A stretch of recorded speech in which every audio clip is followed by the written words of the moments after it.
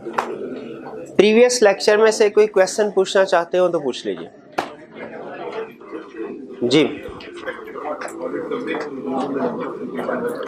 Expected audit coverage including the number of locations to be verified.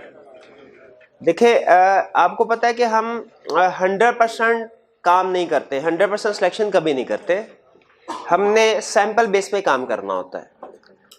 फर्ज कीजिए हमारा client ऐसा है जो कि कोई बैंक है, ऐसा क्लाइंट है जिसकी कुछ ब्रांचेज हैं, लोकेशंस है, डिफरेंट लोकेशंस पे उसके ऑपरेशंस जो है वो चलते हैं। जैसे एक बैंक है उसकी डिफरेंट ब्रांचेज हैं, इंश्योरेंस कंपनी है उसकी भी डिफरेंट ब्रांचेज होती है। फॉर एग्जांपल हमारा क्लाइंट जो है वो गोरमे है, बाटा वाले हैं, उनके डिफरेंट लोकेशन में ब्रांचेज हैं। मुझे बताइए अगर हमारे क्लाइंट की 200 ब्रांचेज हैं, क्या हम ऑडिट में सारी की सारी ब्रांचेस को डिटेल में वेरिफिकेशन करेंगे? सब नहीं, सैंपल बेस पे काम करेंगे। ठीक है, कुछ ब्रांचेस में डिटेल में काम करेंगे, कुछ में थोड़ा बहुत सिर्फ एनालिटिकल प्रोसीजर से काम चला लेंगे। तो पार्टनर ये डिसाइड करता है कि उसने सैंपल अपना, अगर 200 ब्रांचेस या लोकेशंस हैं, उनमें से उसकी कवरेज कितने परसेंट होगी, फॉर एग्जांपल 40% या 30%, तो वो अपनी कवरेज कितनी करनी है ये लिखता है स्ट्रेटजी में, प्लस वो ब्रांचेस की तादाद लिख देता है कि फॉर एग्जांपल हमारी कवरेज होगी 40% और ब्रांचेस कितनी बनी, 80 ब्रांचेस बनी। तो वो पार्टनर मेंशन करता है कि हम 80 ब्रांचेस को कवर करेंगे। इसके बाद फिर आगे चल के ऑडिट प्लान में वो डिसाइड करते हैं कि कौन कौन सी ब्रांचेस होनी चाहिए, एग्जैक्टली उन पे क्या क्या प्रोसीजर परफॉर्म करना है। ठीक है, तो एक्सपेक्टेड ऑडिट कवरेज का मतलब समझ आ गया कि अगर हमारे क्लाइंट के डिफरेंट ब्रांचेस, लोकेशन या कंपोनेंट्स हैं तो हमने कितने % कवरेज रखनी है और कितनी ब्रांचेस या कंपोनेंट्स को वेरीफाई करना है। जी, और कोई क्वेश्चन?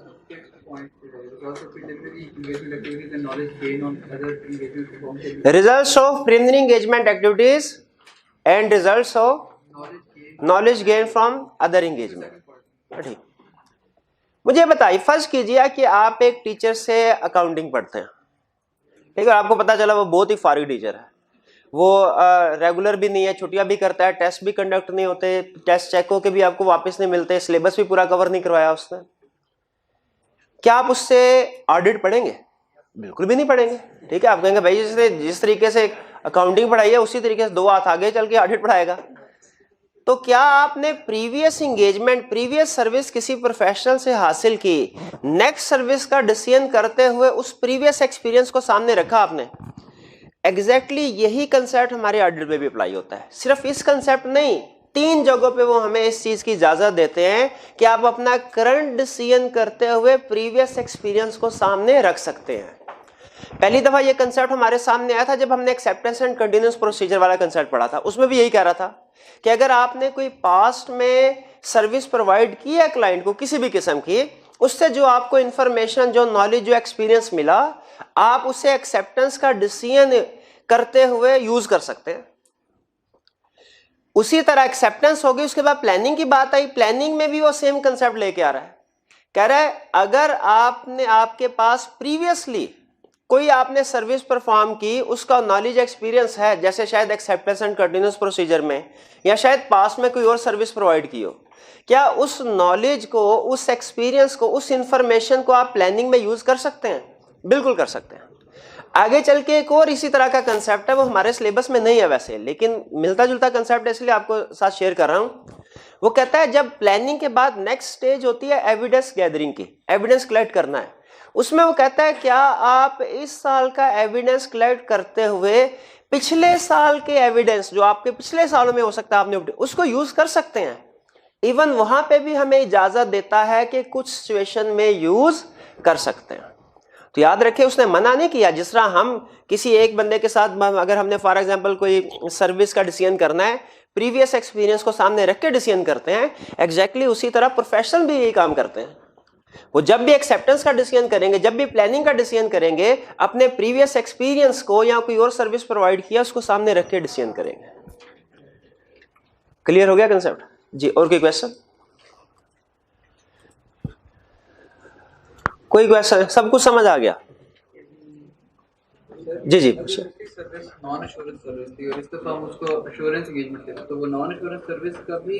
हाँ, अगर देखिए इन्फॉर्मेशन तो कोई भी हो सकती है ना, जैसे आपको मैंने एग्जांपल दी थी कि टैक्स रिटर्न फाइल कर रहे थे क्लाइंट के बिहाफ पे, पता चला डायरेक्टर ने कोई इन्फॉर्मेशन छुपा ली, रेवेन्यू छुपा लिया। अब बेसिकली ये नॉन एश्योरेंस सर्विस है, लेकिन इस इंफॉर्मेशन से हमें मैनेजमेंट की इंटेग्रिटी पे डाउट क्रिएट हो जाता है, तो उसको हम फिर कंसीडर करते हैं इस दफा भी। चलिए आज के कंसेप्ट की तरफ चलते हैं। आज हमने दो कंसेप्ट स्टडी करने हैं, एक additional planning consideration for initial audit engagement और दूसरा है difference between interim audit and final audit. आज के दोनों कंसेप्ट्स इजी हैं, मुश्किल नहीं है, इजी हैं, ठीक है, लेकिन कंसेप्ट अहम है, सीखने में कोई प्रॉब्लम नहीं होगी। इसमें normally ICAP case study based concept testing नहीं करता, सिर्फ आपसे वो पॉइंट्स को रिप्रोड्यूस करवा लेगा जो आज के लेक्चर में हमने पढ़ना है। तो इजी है, लेकिन आपने अटेंटिव होकर सुनना है। पहला concept additional planning consideration for initial audit engagement. इसमें सबसे पहले तो जो लफ्ज समझने वाला वो है इनिशियल। हमारे क्लाइंट्स को हम दो तरह से क्लासिफाई करते हैं, एक इनिशियल ऑडिट और एक रिकरिंग ऑडिट। जी दोनों में फर्क क्या है? इनिशियल ऑडिट क्या होता है?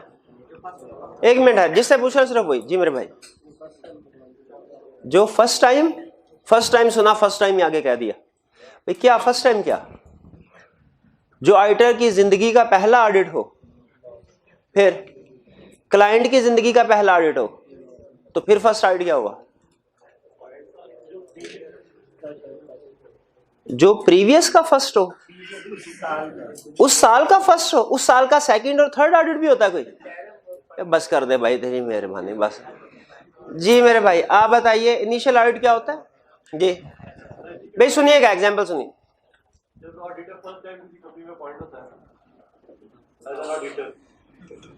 फर्स्ट टाइम में पॉइंट हुआ, वो इनिशियल ऑडिट हो गया, और फिर उसके बाद सही डेफिनेशन नहीं बता रहे। जी कॉर्नर वाले भाई आप बताइए। पिछले साल का ऑडिट किसी और ने किया है, इस साल का ऑडिट हम कर रहे हैं, वो इनिशियल ऑडिट होता है। ठीक है, स्टैंडर्ड में एक जगह पे उन्होंने टेक्निकली लिखा है, अगर तो पिछले साल का ऑडिट हुआ ही नहीं, या पिछले साल का ऑडिट हुआ और किसी और ने किया, इस साल का हम कर रहे हैं, तो वो होता है इनिशियल ऑडिट। यानी पिछले साल का ऑडिट हमने नहीं किया तो वो इनिशियल ऑडिट हो जाएगा हमारे लिए। ठीक है, इनिशियल ऑडिट। इसका अपोजिट क्या है? Recurring audit. रिकरिंग ऑडिट क्या होता है? कि पिछले साल का ऑडिट भी हमने किया और इस साल का ऑडिट भी हमने किया, रिकरिंग ऑडिट। अच्छा मुझे सोच के बताइए कि दोनों में से किस में रिस्क ज्यादा होता है? Initial audit. इनिशियल ऑडिट में। अगर मैं आपसे पूछूं कि रीजंस क्या है उसकी, क्यों इनिशियल ऑडिट में रिस्क ज्यादा है? इसलिए कि हमारी अंडरस्टैंडिंग लिमिटेड होती है क्लाइंट के बारे में, प्लस हमें ओपनिंग बैलेंसेस को वेरीफाई करना होता है इनिशियल ऑडिट में। भाई इनिशियल ऑडिट में ओपनिंग बैलेंसेस को वेरीफाई करने की क्या जरूरत है? क्योंकि वो हमारे इस साल की फाइनेंशियल स्टेटमेंट्स को इफेक्ट करता है। जैसे ओपनिंग स्टॉक, वो हमारी इस साल की कॉस्ट ऑफ सेल्स को इफेक्ट करता है। आप इस साल की कॉस्ट ऑफ सेल्स को वेरीफाई नहीं कर सकते जब तक कि ओपनिंग स्टॉक को वेरीफाई ना कर ले। अच्छा ओपनिंग स्टॉक तो पिछले साल अगर ऑडिट हुआ, ऑडिटर ने वेरीफाई कर लिया होगा, प्रीडिसेसर ऑडिटर ने, हमें उसको री-वेरीफाई करने की क्या जरूरत है? इसलिए कि ऑडिटिंग स्टैंडर्ड ये कहते हैं उसने पिछले साल जो चेकिंग की वो पिछले साल की फाइनेंशियल स्टेटमेंट के लिहाज से की। इस साल की फाइनेंशियल स्टेटमेंट सारी की सारी आपकी रिस्पॉन्सिबिलिटी है, उसमें जो भी इंफॉर्मेशन आ रही है आपकी रिस्पॉन्सिबिलिटी है। आप अपनी ये रिस्पॉन्सिबिलिटी शिफ्ट नहीं कर सकते प्रीडिसेसर ऑडिटर पे। तो चाहे प्रीडिसेसर ऑडिटर ने क्लोजिंग स्टॉक पिछले साल का वेरीफाई किया हुआ है, आप पे रिस्पॉन्सिबिलिटी है कि इस साल का ओपनिंग स्टॉक वेरीफाई करना है, क्योंकि वो इस साल की फाइनेंशियल स्टेटमेंट को इफेक्ट कर रहा है। अब चाहे फिगर वही है, लेकिन चूंकि इस साल की फाइनेंशियल स्टेटमेंट में आ रही है तो उसको वेरीफाई करना भी हमारी रिस्पॉन्सिबिलिटी हो गई। अच्छा अब इस पे स्टैंडर्ड ने हमें थोड़ी सी रायत दी हुई है। वो कहते हैं अच्छा चले ठीक है, आपको इतनी रायत दे देते हैं कि अगर आप कहीं से एविडेंस कलेक्ट कर लेते हैं तो फिर ओपनिंग बैलेंस को वेरीफाई करने के लिए प्रोसीजर परफॉर्म ना करें। आपको पता है प्रोसीजर और एविडेंस दोनों डिफरेंट है ना। हमारे लिए ज्यादा अहम क्या चीज है भला? एविडेंस। एविडेंस कैसे मिल सकता है हमें? प्रीडिसेसर ऑडिटर से कहें सर आपने वर्किंग पेपर हमें दे दीजिए। अगर वो वर्किंग पेपर हमें मिल जाते हैं तो उसका मतलब है हमें एविडेंस मिल गया। उस सूरत में कोई ओपनिंग बैलेंस को वेरीफाई करने के प्रोसीजर परफॉर्म करने की जरूरत नहीं, एविडेंस हमें ऑलरेडी बना बनाया मिल गया। अगर प्रीडिसेसर ऑर्डर वर्किंग पेपर नहीं देता तो फिर हमें ओपनिंग बैलेंस को वेरीफाई करना होगा। तो इन शॉर्ट जो इनिशियल ऑडिट में दो बड़े इश्यूज होते हैं, हमारी लिमिटेड अंडरस्टैंडिंग होती है क्लाइंट के बारे में, ओपनिंग बैलेंसेस को वेरीफाई करना होता है, इसीलिए इनिशियल ऑडिट में रिस्क ज्यादा होता है। अगला क्वेश्चन मेरा, इनिशियल ऑडिट में रिस्क ज्यादा होता है तो बताइए क्या प्लानिंग एक्टिविटीज इनिशियल ऑडिट में ज्यादा होनी चाहिए या कम? बिल्कुल ज्यादा होनी चाहिए। यही बेस है हमारे आज के कंसेप्ट के। याद रखिए कल के लेक्चर में हमने जो प्लानिंग एक्टिविटीज पढ़ी थी कि दो चीजें शामिल है, ऑडिट स्ट्रेटजी और ऑडिट प्लान। ये दुनिया के हर ऑडिट पे की जाती है, चाहे वो इनिशियल ऑडिट हो चाहे रिकरिंग ऑडिट हो। लेकिन आज जो हम पढ़ने जा रहे हैं कंसेप्ट, वो देखिए आज जो प्लानिंग एक्टिविटीज पढ़ने जा रहे हैं, देखिए स्टार्ट कहां से हो रही है? एडिशनल से। एडिशनल का मतलब क्या है? कह रहा है कि कल वाली तो आपने परफॉर्म करनी ही करनी है इनिशियल ऑडिट पे, लेकिन इनिशियल ऑडिट है तो एडिशनली आपको ये मैटर्स भी देखने पड़ेंगे, इनकी भी प्लानिंग करनी पड़ेगी। प्लानिंग में ये मैटर्स भी इंक्लूड करने हैं, ये एडिशनल है। इसमें आज के कंसेप्ट में सबसे अहम लफ्ज है वो क्या वाला? वो एडिशनल है। एक क्वेश्चन माइक आपने पूछ लिया, उसने कहा कि इनिशियल ऑडिट आप करने जा रहे हैं, पिछले साल कोई और ऑडिटर था, इस साल आप अपॉइंट हुआ, ऑडिट करने जा रहे हैं, बताइए क्या क्या प्लानिंग करेंगे। तो स्टूडेंट ने इनिशियल को सामने रख के सिर्फ ये वाले प्रोसीजर बता दिए। एग्जामिनर कमेंट्स में उसने कहा भैया मैंने इनिशियल ऑडिट तो कहा था, एडिशनल कंसीडरेशन नहीं कहा था। तो इसका मतलब है आपको सारे मैटर्स इंक्लूड करने चाहिए थे, यानी ऑडिट स्ट्रेटजी का भी जिक्र करना चाहिए था, ऑडिट प्लान का जिक्र भी करना चाहिए था, और फिर इन एडिशनल प्लानिंग कंसीडरेशन का जिक्र भी करना चाहिए था। तो पहली चीज ध्यान में रखिए, ये एडिशनल प्लानिंग कंसीडरेशन है, यानी in addition to audit strategy and audit plan. कहते हैं तो इनिशियल ऑडिट में क्या काम हम एडिशनल करेंगे? हमने कहा ये सबसे पहला एक्सेप्टेंस प्रोसीजर परफॉर्म करेंगे। और अच्छा भाई, एक्सेप्टेंस एंड कंटिन्यूअस प्रोसीजर तो हम हर ऑडिट पे परफॉर्म करते हैं। बताइए इस साल फर्स्ट टाइम ऑडिट कर रहे हैं हम किसी का, acceptance and continuous procedure perform होंगे? अगले साल दोबारा अपॉइंट होने लगे हम, क्या अगले साल acceptance and continuous procedure perform होंगे? बिल्कुल हर साल होते हैं। हो सकता है इस साल हम इंडिपेंडेंट थे, अगले साल इंडिपेंडेंट ना हो सकता है इस साल प्री कंडीशन एग्जिस्ट करती थी, अगले साल प्री कंडीशन एग्जिस्ट नहीं करती। हो सकता है इस साल की मैनेजमेंट में इंटेग्रिटी थी, नेक्स्ट ईयर की मैनेजमेंट चेंज होगी ड्यूरिंग द ईयर, उसमें इंटेग्रिटी नहीं है। तो एक्सेप्टेंस एंड कंटिन्यूअस प्रोसीजर हर साल परफॉर्म करते हैं। तो फिर यहां पे एडिशनल में एक्सेप्टेंस प्रोसीजर क्यों लिखा है? क्वेश्चन ये है। पहली चीज तो नोट करें, यहां पे उसने एक्सेप्टेंस एंड कंटिन्यूअस प्रोसीजर नहीं लिखा, सिर्फ एक्सेप्टेंस प्रोसीजर लिखा है। इसकी रीजन यह है कि normally acceptance and continuous procedure single phrase के तौर पे यूज किया जाता है ऑडिट में, लेकिन टेक्निकली एक्सेप्टेंस का मतलब एक्सेप्टेंस इंडिकेट कर रहा होता है इनिशियल ऑडिट को, और कंटिन्यूअस का लफ्ज इंडिकेट कर रहा होता है रिकरिंग ऑडिट को। अब चूंकि हम खास तौर पे इनिशियल ऑडिट की बात कर रहे हैं, इसलिए हमने कंटिन्यूअस का वर्ड निकाल दिया। हमने कहा एडिशनल इनिशियल ऑडिट पे एक्सेप्टेंस प्रोसीजर परफॉर्म करेंगे हम। और बताइए इनिशियल ऑडिट पे एक्सेप्टेंस प्रोसीजर ज्यादा होते हैं कि रिकरिंग ऑडिट पे कंटिन्यूअस प्रोसीजर ज्यादा होते हैं? एक्सेप्टेंस प्रोसीजर ज्यादा होते हैं, क्योंकि दूसरी दफा डिसीजन करते होते बहुत सी इंफॉर्मेशन हमें ऑलरेडी पता होती है। तो इनिशियल ऑडिट में याद रखें हमारे एक्सेप्टेंस प्रोसीजर निस्बतन ज्यादा होते हैं, खास तौर पे हम क्लाइंट की इंटेग्रिटी, मैनेजमेंट की इंटेग्रिटी को वैल्यूएट कर रहे होते हैं। पहला पॉइंट समझ आ गया, एडिशनल प्लानिंग कंसीडरेशन। एडिशनली क्या चीजें हमने देखनी, एक्सेप्टेंस प्रोसीजर इनिशियल ऑडिट में ज्यादा होते हैं। दूसरा, discuss issues regarding initial selection and communicate to those with governance. Effect on audit, effect on audit. मुझे बताइए पिछले साल का ऑडिटर कोई था, उसने रिपोर्ट दी, उसकी जगह पे हमें अपॉइंट कर दिया गया। हमें मैनेजमेंट से डिस्कस करना चाहिए कि नहीं, बातों बातों में पूछना चाहिए कि नहीं कि सर आपने पिछले ऑडिटर को क्यों रिमूव किया और हमें क्यों पॉइंट किया, ऑडिटर को चेंज क्यों किया, पूछना चाहिए कि नहीं? कि हमें कहना चाहिए कि सर आपने बिल्कुल ठीक किया, वो ऑडिटर को रिमूव करके हमें पॉइंट करके आपने जिंदगी का सबसे अच्छा फैसला किया है, ऐसे कहना चाहिए क्या? नहीं, बिल्कुल। भैया फर्ज कीजिए आप किसी के पास गाड़ी खरीदने के लिए गए, उससे बातों बातों में पूछेंगे तो सही, सर ये गाड़ी क्यों बेच रहे हैं, वैसे तो वो नहीं कहेगा, लेकिन मैं भी कह दे इस वजह से कि चलते चलते इसका इंजन बैठ जाता है, एसी आधे घंटे के बाद गर्म हवा फेंकता है, हो सकता है बता दे। ठीक, पूछेंगे, पूछते हैं कि नहीं पूछते बातों बातों में, सर इसमें कोई मसला तो नहीं, इश्यू तो नहीं है। उसी तरह हम भी एज ऑडिटर जब क्लाइंट हमें प्रपोज करता है, हम उससे बातों बातों में पूछते हैं, सर ये जो आपने ऑडिट चेंज किया है इशू क्या है, क्या कोई इशू था पीरियड? उन्होंने कहा बहुत इश्यूज थे। अब मैनेजमेंट बता रही है बहुत, हमने कहा कौन से इश्यूज थे? सर हम कहते थे ये ऑपरेटिंग लीज है, वो कहते थे फाइनेंस लीज है, हम कहते थे हमने बोरिंग कॉस्ट को एक्सपेंस आउट करना है, वो कहते थे नहीं कैपिटलाइज करना है, हम कहते थे कंटीजेंसी है, लीगल केस है, हम जीत जाएंगे इसलिए डिस्क्लोज नहीं करना, वो कहते थे जीत जाएंगे फिर भी डिस्क्लोज करो। ये रेंट के बाद डेटर बैड डेट हुए, हमने कहा ये तो अगले साल की ट्रांजैक्शन है, वो कहते थे एडजस्ट करो इसको। हमने उनसे कुछ इंफॉर्मेशन छुपानी थी डायरेक्टर्स की मीटिंग के मिनट्स से, वो कहते थे नहीं हमें प्रोवाइड करो मिनट्स।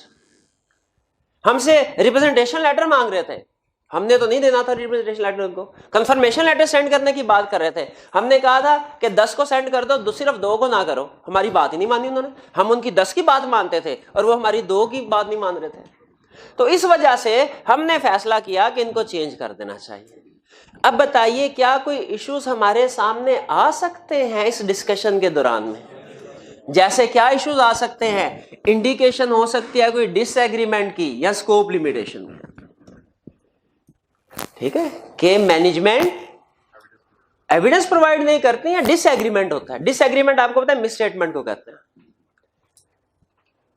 डिसएग्रीमेंट। अच्छा मुझे बताइए, अगर कोई मैनेजमेंट के साथ इस डिस्कशन में कोई इशू सामने आ जाए हमारे कि कोई डिसएग्रीमेंट थे, कोई स्कोप लिमिटेशन था, या हो सकता है हमें इसके अलावा भी प्रीडिसेसर ऑडिटर से कम्युनिकेट करने से इशू सामने आ जाए, पिछले साल की रिपोर्ट पढ़े उसमें इश्यूज लिखे हों, उसमें भी स्कोप लिमिटेशन मिसस्टेटमेंट का जिक्र तो होता है, सामने आ जाए कि मैनेजमेंट स्कोप लिमिटेशन इंपोज करती हैं या डिसएग्रीमेंट होता है इनका ऑडिटर के साथ, क्या हम इशू सामने आने पे इस क्लाइंट को एक्सेप्ट करना चाहिए या रिजेक्ट करना चाहिए? कितने जी एक्सेप्ट करना चाहिए या रिजेक्ट? कुछ भी नहीं करना, बल्कि हमने डायरेक्टर के साथ डिस्कस करके इशू को रिजॉल्व करने की कोशिश करनी है।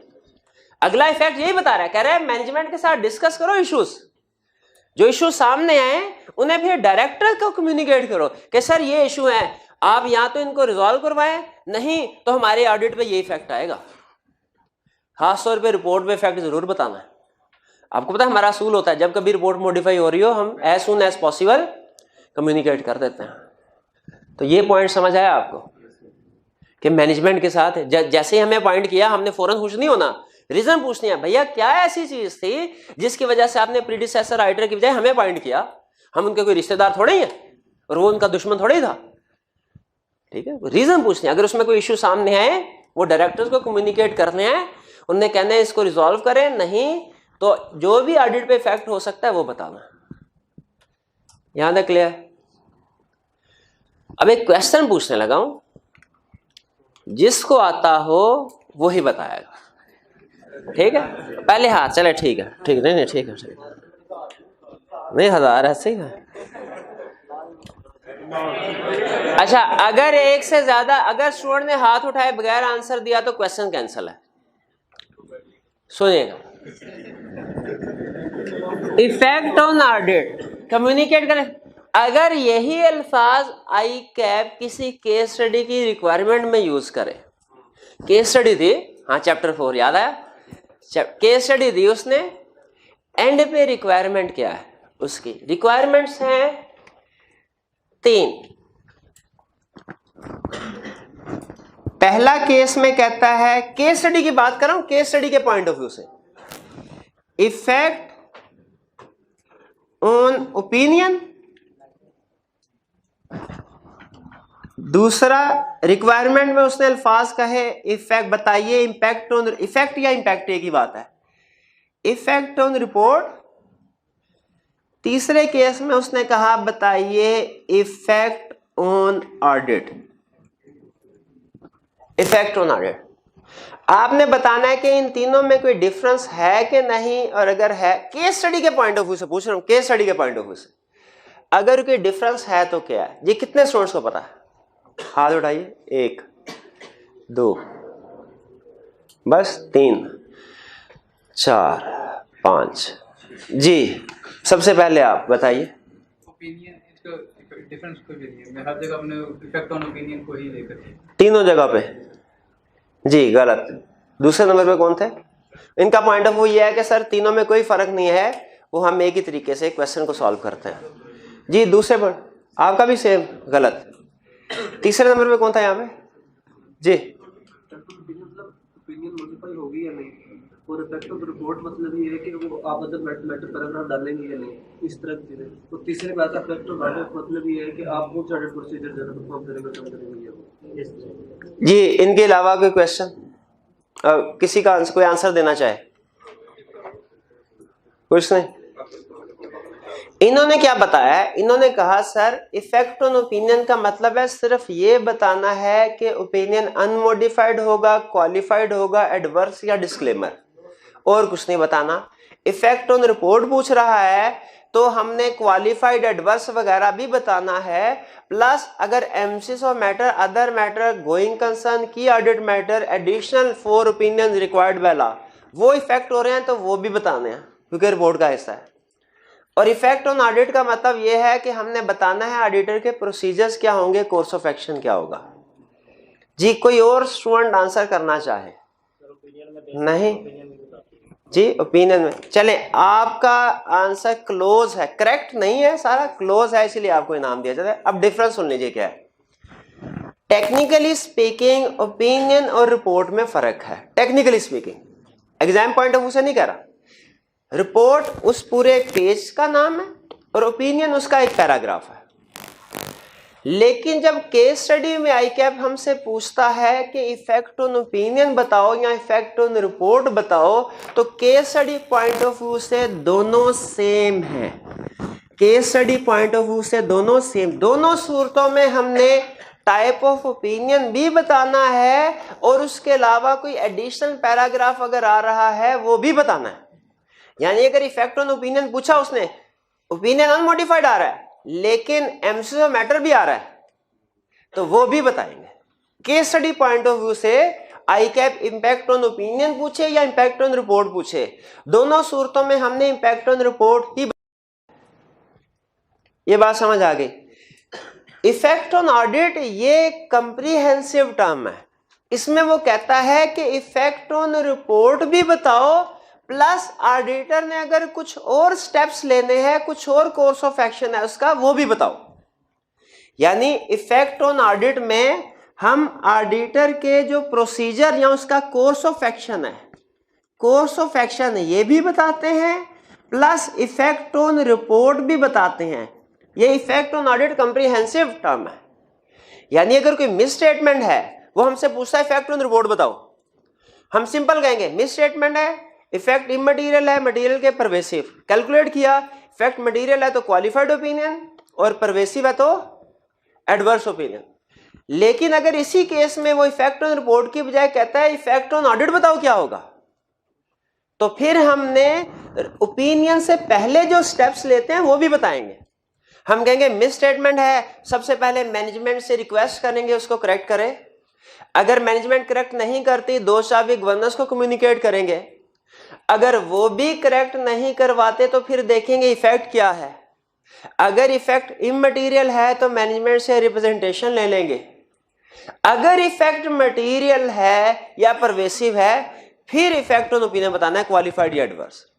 यानी इस केस में आपने नोट किया, मैंने डायरेक्ट इफेक्ट ऑन रिपोर्ट नहीं बताया, बल्कि ऑडिटर ने जो स्टेप्स लेने हैं रिपोर्ट से पहले उस सिचुएशन को रेक्टिफाई करने के लिए वो स्टेप्स भी बताए।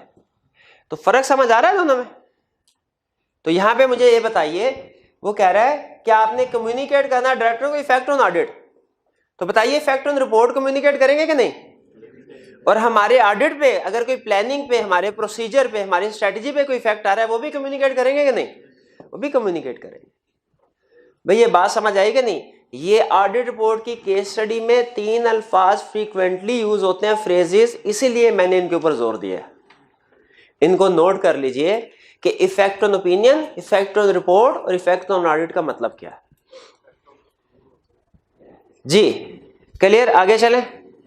नेक्स्ट कह रहा है कम्युनिकेट विद प्रीडिसेसर ऑडिटर।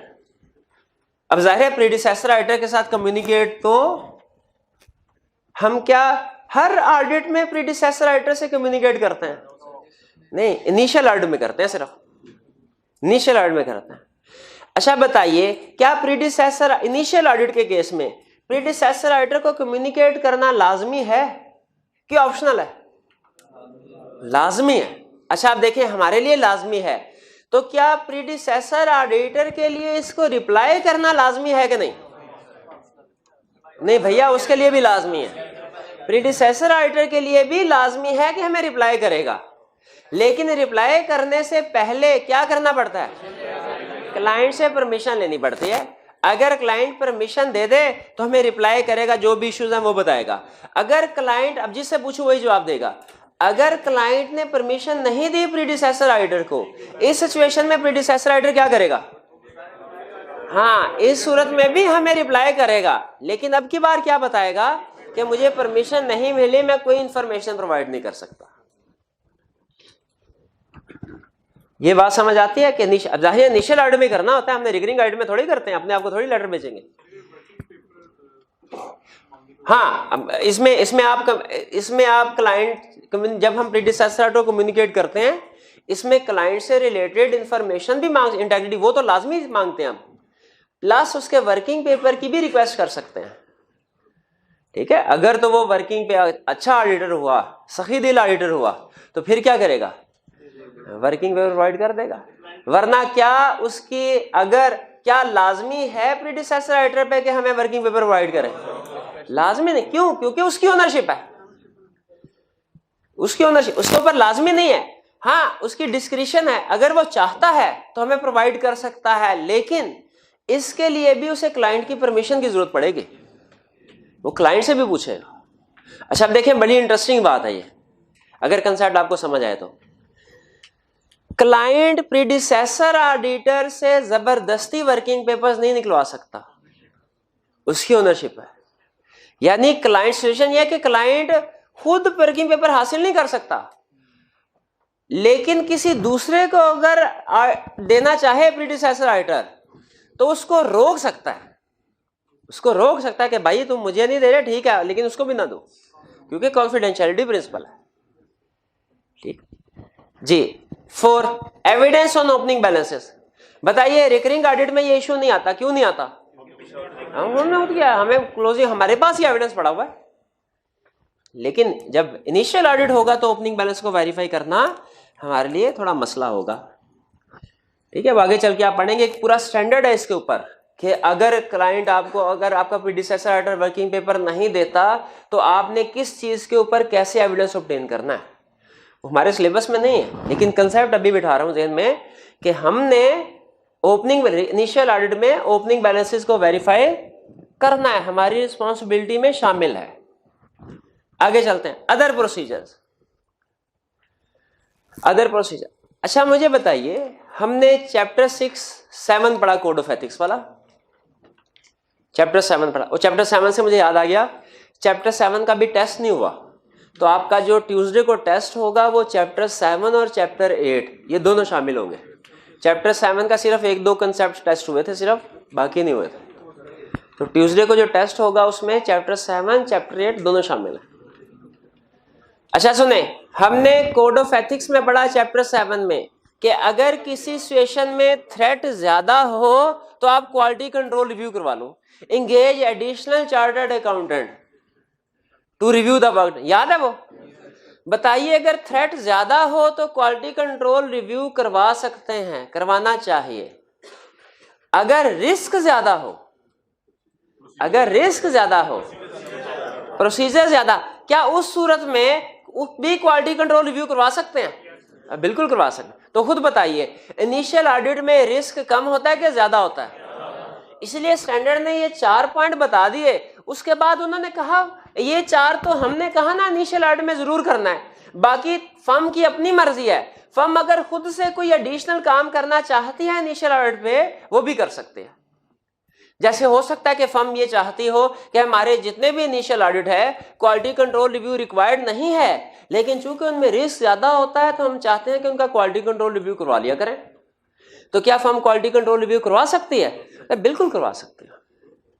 तो फिर उसने कहा अदर प्रोसीजर, कहा ये 4 तो मेरी फरमाइशें हैं, बाकी अगर आप खुद से भी कोई एडिशनल प्लानिंग प्रोसीजर परफॉर्म करना चाहते हो तो कर लो। उसकी मिसाल क्या दे रहा है वो? Quality control review. ये क्लियर हो गया? अच्छा, एक बात मेरे जहन में आगे लिख लीजिए, रिस्क और थ्रेट दोनों डिफरेंट टर्म्स हैं, दोनों कंसेप्ट डिफरेंट है। रिस्क कोई और चीज है, थ्रेट कोई और चीज है। थ्रेट का ताल्लुक होता है ऑडिटर की इंडिपेंडेंस के साथ। थ्रेट का ताल्लुक किससे होता है? ऑडिटर की इंडिपेंडेंस के साथ। रिस्क का ताल्लुक होता है फाइनेंशियल स्टेटमेंट्स के साथ। ठीक है, तो ये क्वेश्चन डिफरेंट। अगर वो थ्रेट का लफ्ज यूज करे आपके जहन में फौरन आ जाए चैप्टर 7 का क्वेश्चन है। रिस्क का लफ्ज कहे आपके जहन में फौरन आ जाए कि ये चैप्टर 10 का है। अभी पढ़ा नहीं हमने, लेकिन रिस्क से रिलेटेड सारी डिस्कशन हमने चैप्टर 10 में पढ़नी है।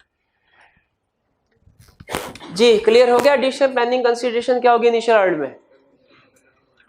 कोई इशू? रीडिंग टाइम चाहिए या आगे चलें? आगे चलते नहीं, मेरी जब पास पेपर के क्वेश्चन आना हो तो मेरी तसल्ली नहीं होती। चले रीडिंग टाइम तो नहीं, लेकिन ये क्वेश्चन डिस्कस कर लेते हैं पास पेपर के। क्वेश्चन नंबर 5 पेज 75 कह रहे what is the difference between audit strategy and audit plan? बताइए, बता देंगे इसको? ऑडिट स्ट्रेटजी ऑडिट प्लान में क्या फर्क है? अच्छा, 4 नंबर का क्वेश्चन है, क्या सिर्फ डेफिनेशन लिखेंगे कि मैटर्स भी लिख देंगे? हाँ, लिस्ट दे देंगे, डिटेल नहीं लिखेंगे। बिल्कुल। ऑडिट प्लान में बता देंगे risk assessment procedure, test of control, substantive procedure definition के बाद, और ऑडिट स्ट्रेटजी में डेफिनेशन के बाद 5 उसकी हेडिंग दे देंगे। वो याद है मुझे, भूल गई है, पता नहीं कि भाई मेरे भैया कौन सी हेडिंग थी ऑडिट स्ट्रेटजी के? बस इतना याद है, स्कोप, टाइमिंग, डायरेक्शन, इससे रिलेटेड 3 एक रिसोर्सेज वाला था और एक था प्रीवियस एंगेजमेंट वाला, चौथा पॉइंट। स्कोप वाला क्या था? Characteristics of engagement that determine it's scope. ये वाला तो नहीं था है? तो बताओ ना। टाइमिंग वाला कौन? रिपोर्टिंग ऑब्जेक्टिव वाला तो नहीं था? वो तो बताओ ना।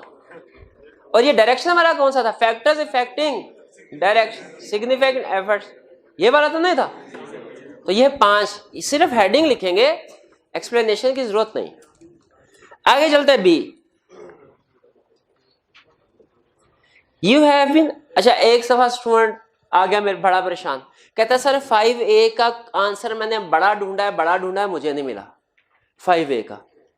तो मैंने कहा भाई 5A तो बिल्कुल सिंपल है, ये देखो लर्निंग ऑब्जेक्टिव 1 और 2 में, ठीक है 1 और 2 में, बल्कि 2 में दोनों की उसने बताया डेफिनेशन कंटेंट्स। कह रहा सर सॉरी आपने गलती की, क्या आपने इसको लर्निंग ऑब्जेक्टिव 3 में लिख दिया, मैं 3 में ढूंढता रहा हूं, 2 तो मैंने देखा ही नहीं, इसे तो 2 में होना चाहिए था। तो मुझे बताइए क्या मैंने गलत किया? और भाई आई कैप ने और बी करके इकट्ठा पूछ लिया, मैं क्या अलग करता?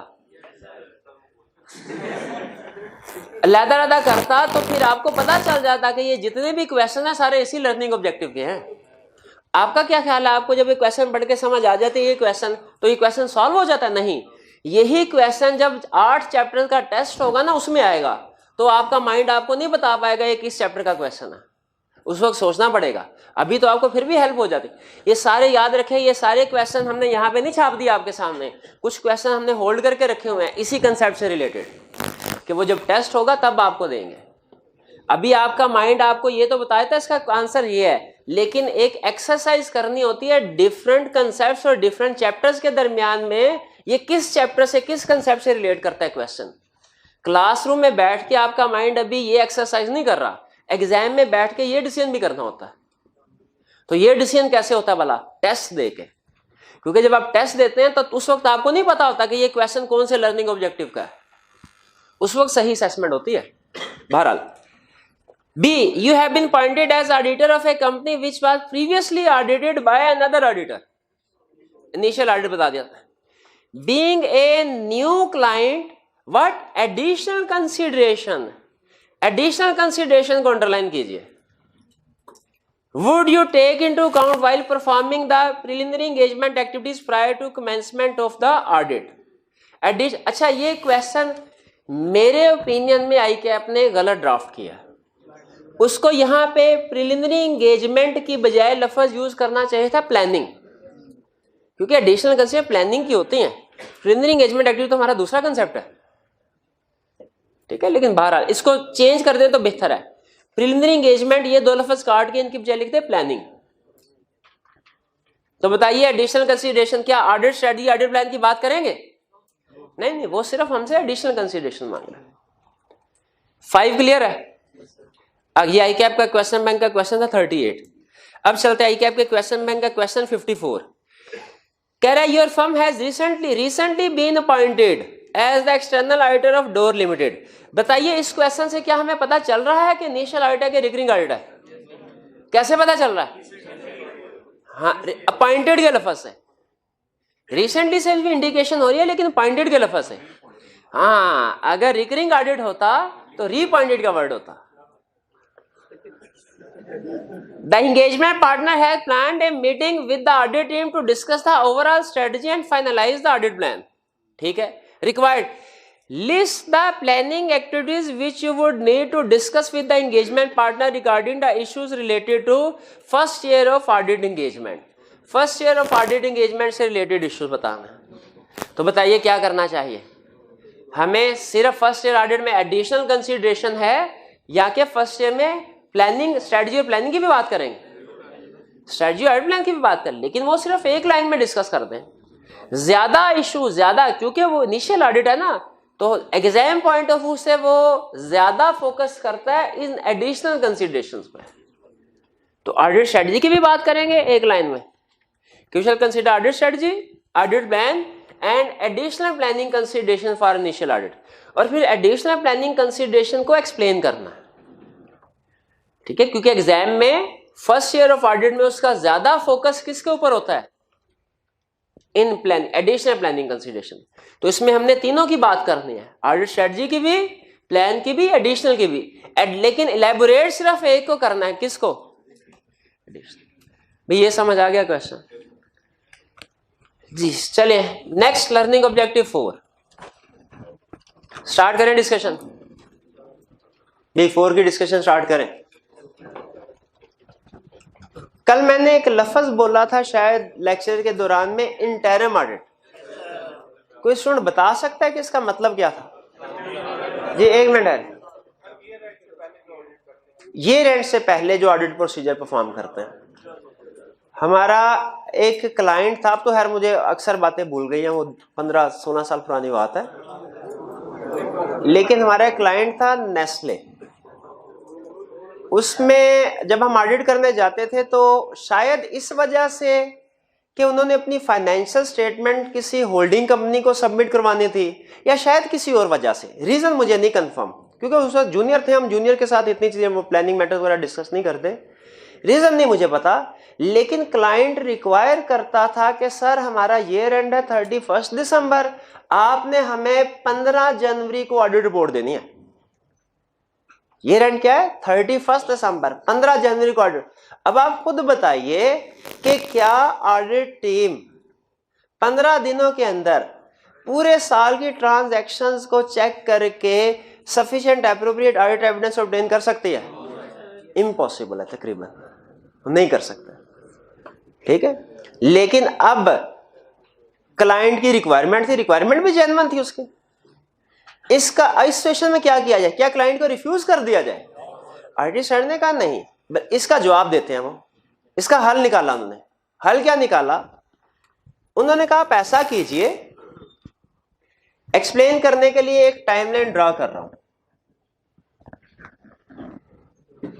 फर्ज कीजिए ये है हमारे साल का शुरू, 1 जनवरी 2019 और ये है साल का एंड 31 दिसंबर 2019। क्लाइंट हमें ये कह रहा है कि हमें 15 जनवरी को रिपोर्ट चाहिए। क्या करें? स्टैंडर्ड कहता है ऐसा करो, इस साल के 2 हिस्से कर लो अपनी मर्जी के मुताबिक।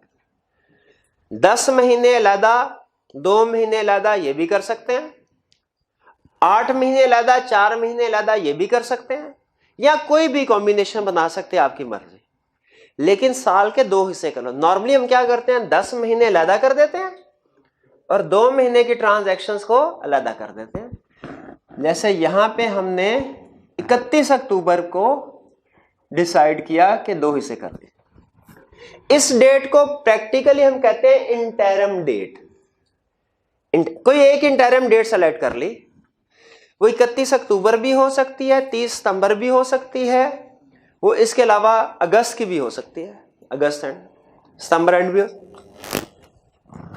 अब क्या करते हैं, वो कहते हैं ऐसा कीजिए कि जो शुरू के 10 महीनों की ट्रांजैक्शन है इनको चेक कर ले नवंबर और दिसंबर में, और नवंबर और दिसंबर के महीने की ट्रांजैक्शन को चेक कर ले जनवरी में। अब बताइए, क्या इस अप्रोच के मुताबिक 15 जनवरी तक हम ऑडिट रिपोर्ट देने के काबिल हो जाएंगे कि नहीं? बिल्कुल हो जाएंगे। इसीलिए अगर हम क्लाइंट की डेडलाइन की वजह से या किसी और रीजन की वजह से अपने ऑडिट को 2 हिस्सों में डिवाइड करें, एक 1 जनवरी से लेके फॉर एग्जांपल 31 अक्टूबर तक, 1 जनवरी से लेके 31 अक्टूबर तक का ऑडिट अलहदा कर लें और फिर अगले 2 महीनों का ऑडिट अलहदा कर लें। अपने एक ही ऑडिट के 2 हिस्से कर लें। तो जो हमारा पहला फेज होता है इसको हम कहते हैं इंटरम ऑडिट,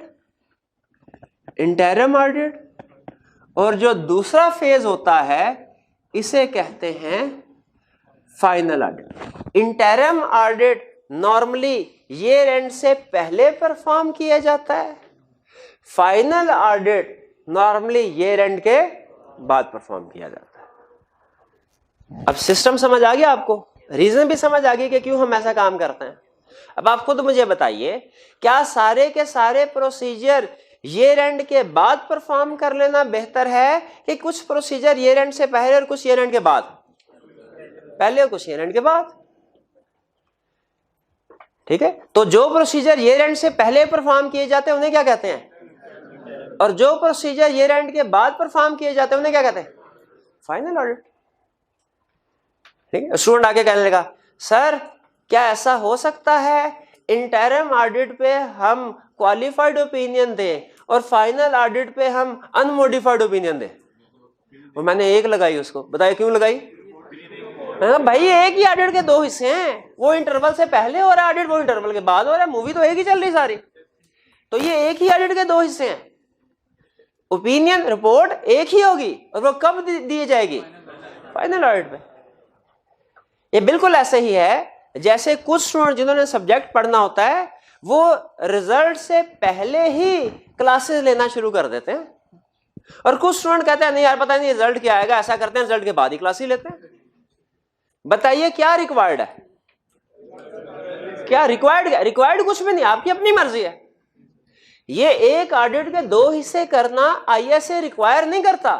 आईएसए कहता है आपकी अपनी मर्जी है, जरूरत है तो आप इंटरम ऑडिट और फाइनल ऑडिट कर लें, अगर नहीं तो आप सारे के सारे प्रोसीजर ईयर एंड के बाद परफॉर्म कर लें, कोई रोक टोक नहीं है, ये आपकी अपनी मर्जी है। आईएसए रिक्वायर नहीं करता, क्लाइंट रिक्वायर करे तो अपनी मर्जी के मुताबिक कर सकते हैं। आईकैप क्या रिक्वायर करता है कि नहीं भैया रिजल्ट से पहले ही क्लासेस लेनी है आपने? नहीं, आपकी अपनी मर्जी है। ठीक है, हाँ अगर आप रिजल्ट से पहले क्लासेस ले लेते हैं और कुछ क्लासेस रिजल्ट के बाद लेते हैं, इसमें आप ही का फायदा है। क्या बर्डन शेयर हो जाता है?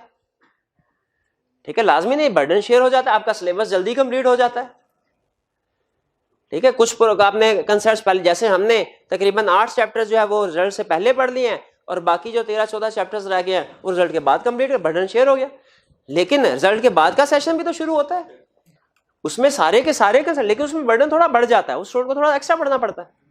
उसी तरह final interim audit, final audit required by ISS नहीं है, ऑडिटर की मर्जी है, चाहे वो इंटरम ऑडिट कर रहे और फाइनल ऑडिट में कुछ प्रोसीजर परफॉर्म करे, चाहे सारे के सारे प्रोसीजर फाइनल ऑडिट में करे। आप बताइए, आपके ख्याल में क्या इंटरम ऑडिट के कुछ फायदे हैं, क्या बेनिफिट्स हैं? बर्डन कम हो जाता है हमारा फाइनल ऑडिट में, टाइमली बेसिस पे जल्दी रिपोर्ट देने के काबिल हो जाते हैं, quality efficiently effectively audit complete हो जाता है, इश्यूज अगर कोई बड़े बड़े मसले मसाइल हो पहले ही पता चल जाते हैं। ठीक है, पहले ही पता चल गया, रिजल्ट से पहले क्लासेस नहीं पता चल गया, भाई ऑडिट तो केस स्टडी करनी पड़ती है, तो हर रोज 2 घंटे पढ़ना पड़ता है, मैं नहीं पढ़ सकता, इसको छोड़ो भाई, बीएम रख लो, तो ठीक है रख लें, जो भी है, इश्यूज पहले आइडेंटिफाई हो जाते हैं, तो ये फायदा होता है। अच्छा, अब अगर कंसेप्ट समझ आ गया तो मुझे ये बताइए, अगर आपसे कोई पूछे फाइनल और इंटरम ऑडिट में फर्क क्या है, बता सकते हैं? इंटरम ऑडिट क्या है? ईयर एंड से पहले ऑडिट प्रोसीजर परफॉर्म करना। फाइनल ऑडिट क्या है? ईयर एंड के बाद ऑडिट प्रोसीजर परफॉर्म करना। जहन में रखिएगा, इंटरम ऑडिट में हम 1 जनवरी से लेके 31 अक्टूबर तक की ट्रांजैक्शन को वेरीफाई करते हैं, और फाइनल ऑडिट में हम 1 नवंबर से 31 दिसंबर तक, ठीक है, की ट्रांजैक्शन को वेरीफाई करेंगे। क्लियर हुई ये बात? ये डेट आपकी अपनी मर्जी है, 31 अक्टूबर भी रख सकते हैं, कोई और डेट भी हो सकती है, वो आपकी मर्जी है, चाहे आप 8 और 4 महीनों का कॉम्बिनेशन बनाए, चाहे 9-3 का बनाए, चाहे 10-2 का बनाए, चाहे 11-1 का बनाए। क्लियर हुई? अगर कंसेप्ट क्लियर हुआ तो कुछ क्वेश्चंस आपसे पूछूं।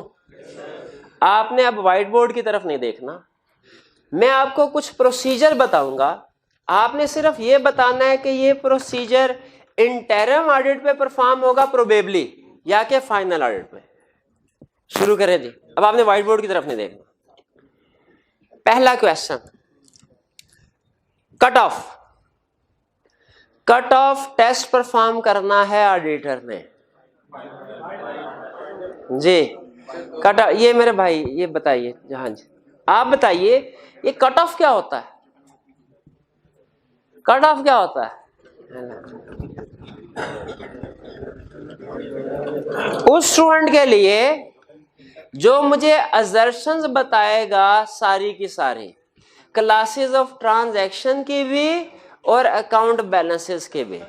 कितने स्टूडेंट्स को पता है भाई? 50। हाँ शाबाश हैं जी। क्लास ऑफ ट्रांजैक्शन की असर्शन बताइए। Occurrence, classification,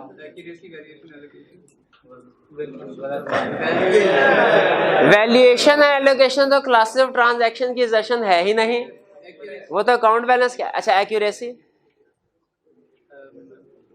cut off, presentation. अच्छा, अकाउंट बैलेंस की existence, completeness, classification, presentation, accuracy, valuation and allocation, और चलें ठीक है शाबाश, चले। अच्छा, आप मुझे ये बताइए, cut off test probably auditor interim audit पे परफॉर्म करेगा या फाइनल ऑडिट पे? फाइनल ऑडिट पे। कट ऑफ टेस्ट में यही तो चीज चेक करते हैं। देखें, अक्टूबर की ट्रांजैक्शन नवंबर में रिकॉर्ड हो जाए, नवंबर की ट्रांजैक्शन अक्टूबर में रिकॉर्ड हो जाए, ये कोई इशू नहीं है। इशू क्या है कि दिसंबर की ट्रांजैक्शन जनवरी में नहीं जानी चाहिए, जनवरी की ट्रांजैक्शन दिसंबर में नहीं आनी चाहिए। तो कट ऑफ टेस्ट याद रखें, हमेशा ईयर एंड पे ही परफॉर्म किया जाता है। करेक्ट जी। इंटरम ऑडिट की डेट जब डिसाइड करें तो कट ऑफ तो डेट का लगेगा? नहीं, इंटरम ऑडिट की डेट डिसाइड कर ली, कट ऑफ हमेशा ईयर एंड पे ही लगेगा। कट ऑफ में हमने यही देखना, कट ऑफ में हम ये नहीं देखते 1 महीने की ट्रांजैक्शन अगले महीने में तो रिकॉर्ड नहीं हो रही, ये नहीं देखते, बल्कि क्या देखते हैं, इस साल की ट्रांजैक्शन अगले साल में रिकॉर्ड तो नहीं हो रही, या vice versa. Next, physical verification of inventory. ये बताइए, interim audit, final audit? Final audit, क्योंकि हम बैलेंस शीट में जिस इन्वेंट्री को वेरीफाई करते हैं, जिस इन्वेंट्री पे रिपोर्ट देते हैं, वो ईयर एंड की है इन्वेंट्री, वो 31 अक्टूबर की इन्वेंट्री नहीं होती। बैलेंस शीट के तकरीबन जितने भी एरियाज हैं इनकी वेरिफिकेशन नॉर्मली हम फाइनल ऑडिट में ही करते हैं, और इनकम स्टेटमेंट के एरियाज की वेरिफिकेशन जो है वो इंटरिम ऑडिट में करते हैं। क्योंकि इंटरिम ऑडिट में बैलेंस शीट की वेरिफिकेशन क्यों नहीं करते? क्योंकि वो फिगर तो चेंज हो जानी है। क्या जो डेटर का बैलेंस 31 अक्टूबर पे था 31 दिसंबर पे वही डेटर का बैलेंस होगा? नहीं। तो अगर 31 अक्टूबर पे डेटर्स को वेरीफाई कर भी लिया, आपको 31 दिसंबर पे हो सकता है दोबारा वेरीफाई करना पड़े। Next question, understanding of entity, obtaining understanding, risk assessment, test of control, test of control भी टर्म, और इन्वेंट्री काउंट पूछ लिया है, फिजिकल वेरिफिकेशन, अच्छा कंफर्मेशन लेटर सेंड करना है। देखिए कंफर्मेशन लेटर हम इनकम स्टेटमेंट के एरियाज के लिए सेंड करते हैं, बैलेंस शीट के एरियाज के, बैलेंस शीट के एरियाज के लिए। तो मुझे बताइए कि बैलेंस शीट के एरियाज की वेरिफिकेशन नॉर्मली हम कब करते हैं? Final audit. अच्छा, कंफर्मेशन से रिलेटेड दो चीजें याद आ गई। एक तो बात नोट कर लें, confirmation normally year and balance पे सेंड की जाती है। Confirmation normally year and balance पे सेंड की जाती है। कंफर्मेशन नॉर्मली के लफ्ज को अंडरलाइन कर ले, चाहे मैं नॉर्मली कह रहा हूं, मैं ऑलवेज नहीं कह रहा।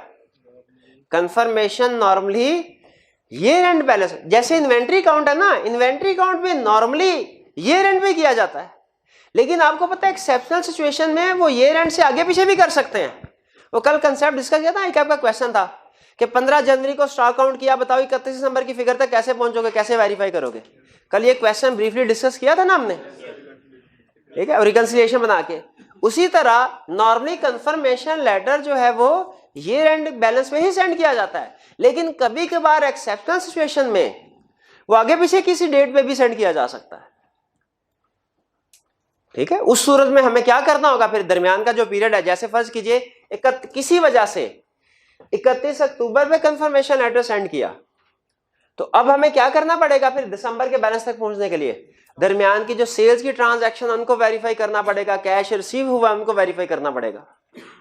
तो स्टॉक काउंट और कंफर्मेशन नॉर्मली ईयर एंड के प्रोसीजर्स है, फाइनल ऑडिट के। लेकिन एक्स्ट्रा कंसेप्ट आपको बता रहा हूं, एक्सेप्शनल सिचुएशन में ये आगे पीछे किसी डेट पे भी कंडक्ट किए जा सकते हैं। आगे चलते हैं, रिव्यू ऑफ सब्सिक्वेंट इवेंट। ये तो अंडरस्टूड है फाइनल, क्योंकि सब्सिक्वेंट इवेंट होते ही वो है जो ईयर एंड के बाद वाले हो। अगर अक्टूबर एंड पे आप नवंबर दिसंबर के सब्सिक्वेंट इवेंट देख रहे होंगे, टेक्निकली वो सब्सिक्वेंट इवेंट नहीं है। हाँ जी बिल्कुल, वो तो वही साल है, तो सब्सिक्वेंट इवेंट फाइनल।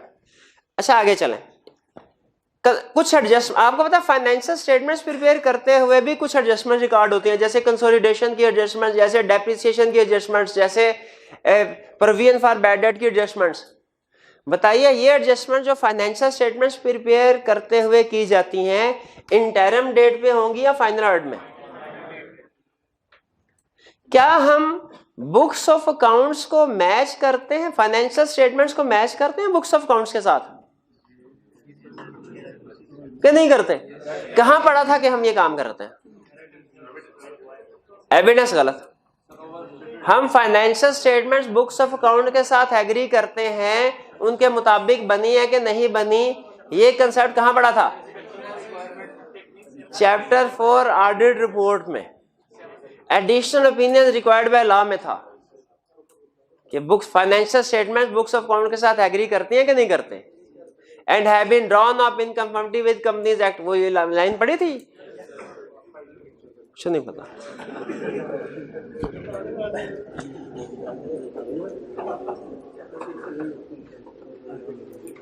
चैप्टर 6 नहीं, चैप्टर 4 में पढ़ा था। 6 में क्या कहता है? हाँ 6 में ड्यूटीज में वही बात है ना, हाँ 6 में ड्यूटीज में वही बात है, वो वही बात वो हमें चैप्टर 4 में भी कह रहे हैं। सही कह रहे हैं, आप भी सही कह रहे हैं। अच्छा मेरा भाई मुझे ये बता दे, हमने ये पढ़ा था कि ऑडिटर के जो प्रोसीजर्स होते हैं टाइप्स ऑफ प्रोसीजर, वो है risk assessment procedure, test of control और substantive procedure. Clear? Risk analytical procedure को क्या रिस्क असेसमेंट के तौर पे यूज कर सकते हैं? तो नहीं कर सकते। उसकी एग्जांपल में लिखा था तो कर सकते हैं। अच्छा चलो ठीक है, एग्जांपल में लिखा था तो वाकई कर सकते हैं। एनालिटिकल प्रोसीजर को टेस्ट ऑफ कंट्रोल के तौर पे परफॉर्म कर सकते हैं? हाँ नहीं कर सकता। एनालिटिकल प्रोसीजर को सब्सटेंटिव प्रोसीजर के तौर पे परफॉर्म कर सकते हैं, उसके भी एग्जांपल में लिखा था। इसका मतलब यह हुआ कि मैं अगर स्टेटमेंट बोलूं तो वो गलत नहीं होगी कि एनालिटिकल प्रोसीजर को रिस्क असेसमेंट के तौर पे भी परफॉर्म किया जा सकता है, सब्सटेंटिव प्रोसीजर के तौर पे भी। क्लियर होगी ये बात? तो जब एनालिटिकल प्रोसीजर को रिस्क असेसमेंट के तौर पे भी परफॉर्म कर सकते हैं, सब्सटेंटिव प्रोसीजर के तौर पे भी परफॉर्म कर सकते हैं, तो फिर फर्क होना चाहिए ना कि एनालिटिकल प्रोसीजर, हमें पता चलना चाहिए कि कौन से वाला एनालिटिकल प्रोसीजर रिस्क असेसमेंट के लिए है और कौन से वाला जो है सब्सटेंटिव प्रोसीजर के लिए। पता चलना चाहिए कि नहीं? तो जो एनालिटिकल प्रोसीजर हम रिस्क असेसमेंट के लिए परफॉर्म करते हैं उन्हें कहते हैं प्रिलिमिनरी एनालिटिकल प्रोसीजर, और जो एनालिटिकल प्रोसीजर हम सब्सटेंटिव प्रोसीजर के तौर पे परफॉर्म करते हैं उसे कहते हैं फाइनल एनालिटिकल प्रोसीजर, या उसे समटाइम सब्सटेंटिव एनालिटिकल प्रोसीजर भी कहते हैं। फाइनल एनालिटिकल प्रोसीजर या सब्सटेंटिव एनालिटिकल प्रोसीजर भी कहते हैं। तो बताइए, प्रिलिमिनरी एनालिटिकल प्रोसीजर इंटरम या फाइनल, और final analytical procedure final. Going concern review, clear हो गई ये बात जी। एंड में एक आखिरी कंसेप्ट छोटा सा आपके साथ शेयर करना है। नॉर्मली क्या इंटरम ऑडिट परफॉर्म करना रिक्वायर्ड है? रिक्वायर्ड नहीं, ऑडिटर की अपनी मर्जी है। वो देखता है कि क्या मेरी टीम ओवरबर्डन तो नहीं हो जाएगी ईयर एंड के बाद। अगर सारा अगर ओवरबर्डन हो जाएगी तो वो फिर पहले इंटरम ऑडिट भी का डिसीजन कर लेता है, या देखता है क्लाइंट की रिक्वायरमेंट क्या है। क्लाइंट अगर हमें कोई स्ट्रिक्ट डेडलाइन मीट करवाना चाह रहा है, रिपोर्ट जल्दी चाह रहा है, फिर भी इंटरम ऑडिट कर सकते हैं। बताइए, अगर किसी क्लाइंट में रिस्क ज्यादा है कि वो गड़बड़ कर सकता है, कि वो मिस स्टेटमेंट कर सकता है। फर्स्ट कीजिए हम किसी क्लाइंट का ऑडिट करने के लिए गए, अभी आखिरी क्वेश्चन, और आपके जितना भी ऑडिट आपने सीखा उसका इम्तिहान है। क्लाइंट का ऑडिट करने के लिए गए, हमें पता चला कि ऑप्शन दी गई है, बोनस दिया गया है, जितना प्रॉफिट होगा सीएफओ को उसका 10% बोनस के तौर पे मिलेगा। तो रिस्क हो गया। हमने कहा भाई ये तो उसका मतलब है वो कमीशन बोनस लेने के चक्कर में गड़बड़ करेगा। बताइए, हमें इंटरम ऑडिट पे ज्यादा प्रोसीजर परफॉर्म करके फाइनल ऑडिट पे कम करने चाहिए कि हमें सारे के सारे प्रोसीजर फाइनल ऑडिट में ही करने चाहिए? हाँ, ज्यादा फंड, क्योंकि आपको पता है फ्रॉड करने का, मिस स्टेटमेंट का ज्यादा रिस्क कब होता है? Close two year and transaction पे, ईयर एंड के करीब। तो इसीलिए अगर रिस्क ज्यादा हो तो हम इंटरम ऑडिट करते हैं कि हम इंटरम ऑडिट नहीं करते? अगर रिस्क ज्यादा हो तो इंटरम ऑडिट नहीं करते, क्योंकि रिस्क ज्यादा हो तो नवंबर दिसंबर में मिस स्टेटमेंट का, फ्रॉड का रिस्क ज्यादा है। बताइए, मैंने आपको ये बात बताई थी ना कि ज्यादातर जो ट्रांजैक्शंस होती हैं फेक ट्रांजैक्शन, फ्रॉडुलेंट ट्रांजैक्शन, वो ईयर एंड पे रिकॉर्ड किए जाते हैं। तो अगर ईयर एंड पे रिस्क ज्यादा है तो हम इंटरम ऑडिट की बजाय जो प्रोसीजर है ज्यादा ईयर एंड पे परफॉर्म करेंगे, ईयर एंड पे फोकस करेंगे। उस सूरत में इंटरम ऑडिट रिकमेंडेड नहीं है अगर रिस्क ज्यादा हो। ये बात समझ आई कि नहीं?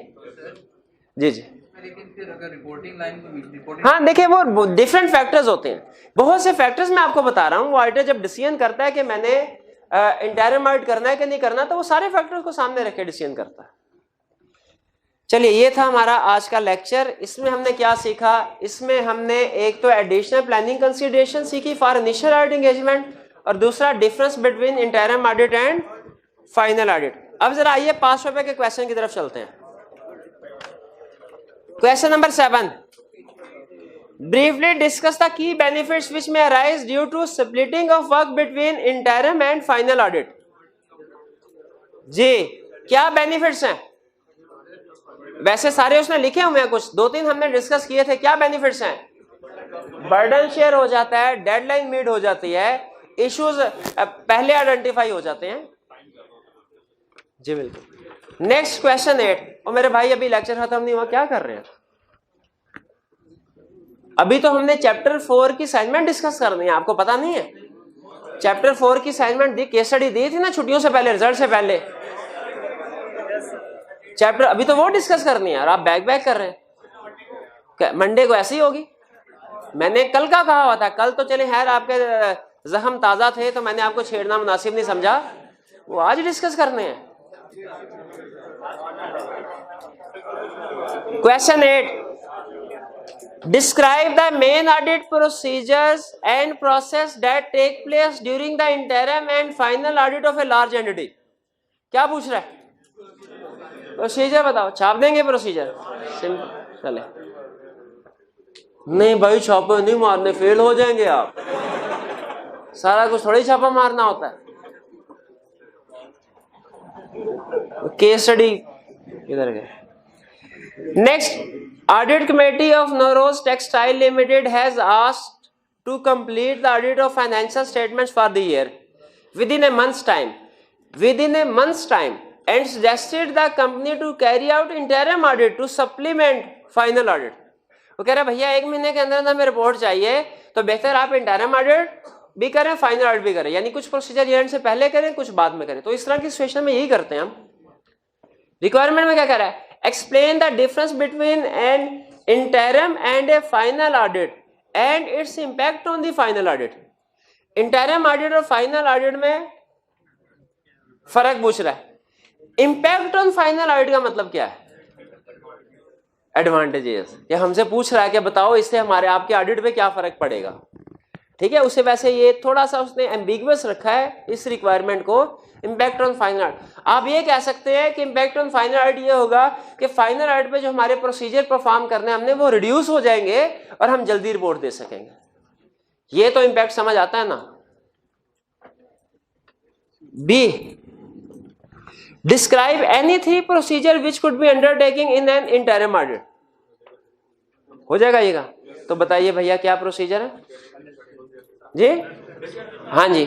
Understanding of entity and risk assessment, understanding of internal control, test of control, preliminary analytical procedure. जी बिल्कुल ठीक.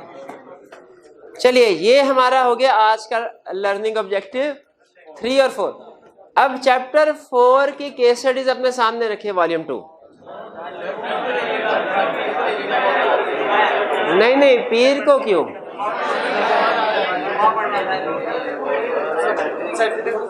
अच्छा चले जी, मंडे को कर लेंगे कि अच्छा कितने स्टूडेंट्स का ख्याल है कि कल डिस्कस करने चाहिए केस स्टडी चैप्टर 4 की? कितने स्टूडेंट का ख्याल है मंडे को करनी चाहिए? चले नहीं संडे वाले. चलिए जो हमारी केस स्टडी डिस्कस होंगी वो फिर अब इंशाल्लाह मंडे को डिस्कस होंगी. मंडे को आपने चैप्टर 4 और चैप्टर 7 दोनों की केस स्टडीज देखे आने हैं.